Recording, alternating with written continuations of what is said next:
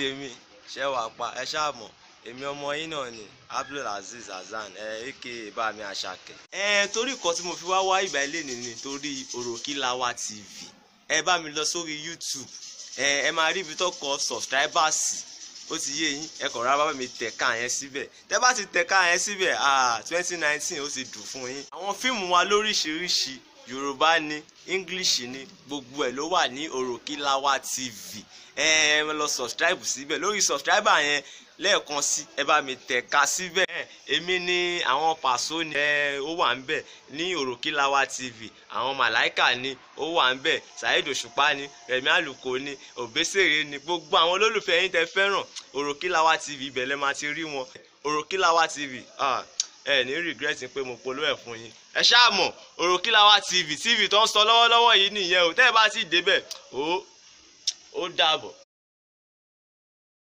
History of my entire life, I've never been such angry. I am too angry. INEC for what? For what now? In fact, to show how angry I am, I meant to break my phone. I wanted to walk naked today. But they level naked to show it personally. INEC, why? You are canceling election, few hours to election day, that is said. I'm not going to people are stranded wherever they are. Postpone. Okay, I'm not only event on the 23rd. What should they do now? What should they do? People that have malu, they have killed, what should they do? When you are not a marker, what are you disappointing? Hey, INEC, hey, body. Victory Logistics. My birthday is February 22nd. I can't postpone my birthday. I can't say that I'm born February 14 again. I'm responsible. Shall greet me. Send something to me. February 22nd is my birthday. For those of you that are calling me, really, why are you taking also on the 23rd? I can't take anywhere because they have postponed election to that day. Everybody be in their house.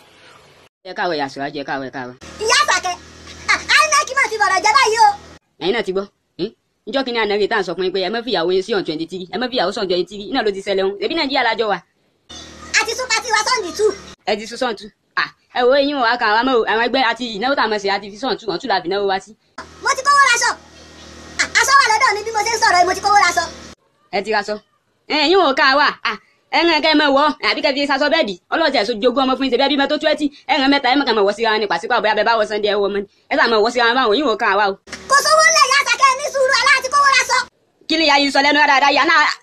Ìyá Sàkẹ́ aláàtí sún sọ́ǹdì 2. Ẹ ti fi sọ́ọ̀tù ní kí náà ò ráyè lọ́ọ́ túmọ̀ kí ni ìyá yìí sọ báyìí àwọn ẹgbẹ́ ló rán mi sí yín àti fìnáwó tá a mọ̀ sí àti fi sọ́ọ̀tù kílẹ̀ sọ báyìí ìyá yìí. Ọmọ tí mo ṣe báyìí o. Ẹ̀yin náà sàmọ̀ ọ̀dọ̀ Nàìjíríà. Ẹ̀wọ̀ yìí wò kẹ́mi alákọ̀ọ́bá yín láàlá náà kìíní. Nígbà tá a sọ kẹ́kọ̀ọ́ yín jẹ́ bẹ́ẹ̀ lẹ́lẹ́fù kọ́kọ́ lójó kìíní àná. Ẹ̀wọ̀ yìí wò ká wa ẹ bá kó wa o tẹ̀bá wá gbọ́kọ̀ ẹ bá kó wa. Ìyá Sílífà náà ti ń bínú látàná kílẹ̀ sọ báyìí. Ẹ̀wọ̀ yẹn gbọ́lé aago mú mi jáde. Ẹ̀yin lọ́pẹ́ yẹ, ẹ̀yin ni yín yẹ. Bro, darling, má jẹ́ ká kọrin yẹn, jẹ́ kí n lead there. O mọ̀ pé èmi máa wọ̀ You just started this ministry, mo ṣe ń kọ́ ẹ ní Latin. Ọmọ tó tí mo ti ń kọ praise worship bọ̀. Jẹ́ kí n kọ ìtumọ̀ akọ. Ṣàrùfù mi Olúwa nítorí ìwọ ìkọ̀rẹ́ máa ké pé rojoojúmọ́ ń bára bá yún ara ń gbà olórí igi lọ́rùn. Kí ni ya? What's the issue? What is the issue? I've been looking for you, sir. See, I need your prayers. I need your prayers. This is your my certificate. CV. Yes, No. I will anoint him. No, let me do it. Let me do it. I don't mean like you could to my share. Jẹ́ kí n ṣe iṣẹ́. Ṣé wọ́n kọ́ mi níṣẹ́? Jẹ́ kí n ṣe. Ṣé wọ́n wà tún gbàdúrà fún aláyé? Jẹ́ kí n gbàdúrà fún. Ṣé nǹkan tó ló fi wáṣẹ́ lórí yìí? Mo máa anoint ya. Olúwa Ọlọ́run àwọn ọmọ ogun. Alágbára gíga. This guy, apart from pé bó ṣe rí, answer mo ti ní irùngbọ̀n. Ó ní thank God, Holy Spirit mo dúpẹ́ o. Ṣé mo pé bí mo ṣe ń gbàdúrà yẹn lọ, innovation ti dé. Ó mọ̀ pé innovation ti dé. Mo máa anoint ya. Pẹ̀lú nǹkan tó wà lọ́wọ́ mi ni máa fi anoint ya. Ṣé kí n lọ máa fi anoint yẹn gbé àná over Goya oil láti anoint yẹn kí ni fẹ́ kúkú bá ṣe. Jẹ́ kí n bèrè lọ, ibo ló ti ń wá iṣẹ́? Oil company náà ni sir, oil company. Ilé iṣẹ́ ìpọ̀. Yes, oil company. Ṣé títọ́? Ṣorí pé mi lọ́lọ́run ń bà lọ. Mo máa anoint ya. Ṣé ìwé yẹn sí ọ̀dọ̀ mi? Ṣé side ya? Very good. Latif. Very good. Ó máa rí iṣẹ́. Ṣé torí báyìí? Ṣorí bó ṣe wà. Lórí CV ẹ̀ ló ti dé kọ sí. Ilé epo kọ́ ló ti ń wá iṣẹ́. Tí o bá dé ibẹ̀ tí wọ́n bá fún ẹ ní iṣẹ́, kó sọ pé bastard ni mi.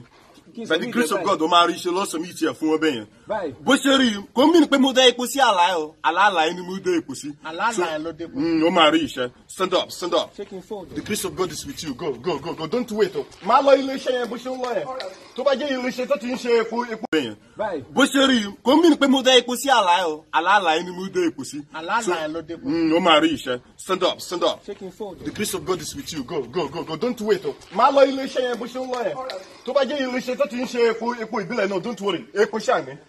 àti ìfọ̀mà ba iṣẹ́ ìrànṣẹ́ jẹ wọn mi lọ. kò lè bàjẹ́ kí ló ń ṣe àròlé ìwọ náà gba epo kúrò. remote. banzan le mọ. kí ló rí sàn. adún le mọ. mo rí gbogbo àwọn kan tutù. ó tutù. ògbẹ́ dọ̀.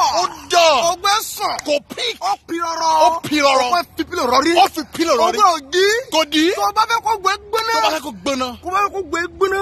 kó ṣàprápra. bọ́lárùn sọ̀rọ̀. bọ́lárùn gbógo mi. sọ sínú microwave. Ọlọ́run microwave ògo mi. Àwọn ògo kan rè. Sausage ló bá wá. Ògo sausage ló bá wá. Wàrípọ̀ ògo yẹn slim. Ògo bí ògo slim case. Ògo azama. Mo wá rò ògo kánú ẹ̀. Ológo kánú ẹ̀. Wọ́n microwave la wá. Ó jẹ́ ògo ṣàwámà. Ògo tó kínú. Ògo tó níwèé. Ta ló lògo yẹn sọ? Ògo tó lẹ́fìsà. Jẹ́wọ́. Mo gbọ́ connect. Mo gbọ́ Makadenuga. Yeah, ti bùnmi lọ́yàn fún ẹ. Sorry, sir. Baba connect. Adenuga. Ayenuga. Ayérayé nù ọ̀rọ̀. A ti gbé ice cream ayé lómi. A ti gbé. Àwa la. Alájọgọ̀. Wọ́n ti lọ́gọ̀ ẹlòmíì tán.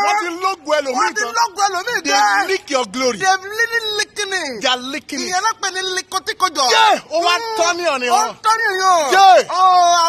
Ice cream ẹlòmíì. Àwọn bàjẹ́ ọjọ́. Ayé ẹlòmíì lọ gé lábẹ́ yẹn o. Àpògbèmù láti dì. Ice cream dẹ̀ máa ń lóṣì flavour dádì. Wọ́n ní vanilla. Wọ́n ní strawberry. Mi ni máa ń lágbàlúmọ̀ flavour. Àgbálùmọ̀ flavour ayé tiẹ̀ nìyẹn. Òfìó tún wà. Omi dùn flavour. Ọlọ́run sà. Ọlọ́run o. Ta ló ń lá mi lógo? Ọlọ́run gba ice cream mi lọ́wọ́ ẹ̀ fún Lékanná Gowon. Ọlọ́run gbà á. Bàbá wọn lá mi lójijì. Sáré. Ìwọ lọ subscribe sórí Òròkì TV kó máa wo.